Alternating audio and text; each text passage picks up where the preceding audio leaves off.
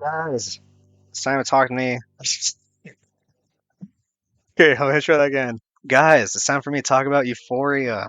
So it is, I believe, 4 seasons? Oh, 2 seasons. Okay, yeah, that makes sense. Um, yeah, and there are like two, I think, like short films between the 2 seasons, which I did not see. So I'm just talking about, I guess, just the show. But I guess the other 2 episodes that are like isolated are considered part of the show. But what? I just watched the first 2 seasons. Um, I'll go to the season two. Sort of when I talk about I'll go season two here on Rotten Tomatoes when I talk about it. So 80% of critics like it. 80% of audience members like it. So 4 out of 5 people that probably would like this show. What to know? The critic consensus here is states that as willfully provocative as ever in its second season, Euphoria still isn't for all tastes. But when its addictive ingredients are mixed just right, the results remain intoxicating. So I watched the show out of curiosity because it's been buzzed around, as a good show, I guess. And I like it. Like I don't love it. Yeah, definitely watching it and finishing it. It's not for all tastes, but I like a lot of the stuff they bring up.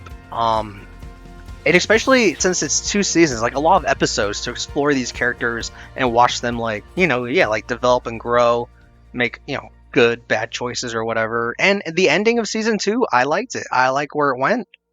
Um, I don't think there were like very significantly weak moments in this whole series. So the premise.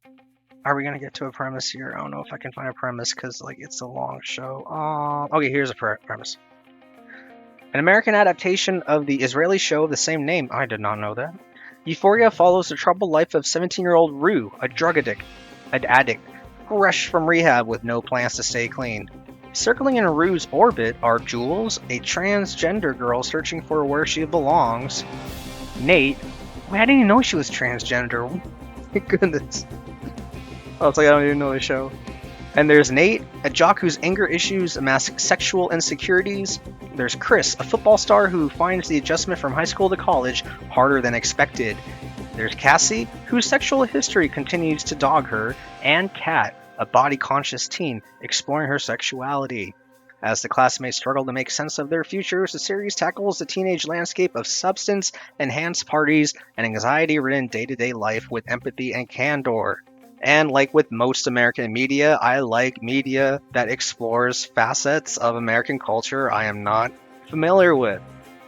I am not very social, as you can tell by all the film reviews I'm putting out here. So doing drugs at a party is definitely not something I'm too familiar with. But I like the way this show dramatized it and the way it was filmed. What else really can I say about this show that I recommend if any of that sounds interesting? So yeah, and I like the characters because no one, obviously no one's like a hero or a heroine. Like there are no really good characters, but like they're really cool, different like characters. Yeah, in this main character's orbit, like again, facets of American Science I'm not familiar with. When it comes to the jock, who has hiding his sexual insecurities, and even that guy has a really cool story arc with his father and like family trauma. And then there's her drug dealer friend who, really humanized and anyway, like these characters who are kind of stereotypes in American culture. Like I like the way this film humanizes them and makes them even relatable for someone like me because I have little I can relate to a lot of these problems these people go through, especially in America where things are kind of could seem really tense, cynical. I don't know, like a lot of words may seem like sarcastic and like it's just about these people trying to just do the wrong way with drugs. But I mean, it depends on who you are. Uh, but like yeah, just trying to make sense of the world that they've been in and like how they search for safety, security, love, and in cases in the wrong places. So yeah, but anyway, I liked it. The first season was all right, and the second one I think is better, but they're both great anyway, and I like the way it ended. So that's Euphoria. If any of that sounds interesting, check it out. All right. Until then, take it easy. Peace.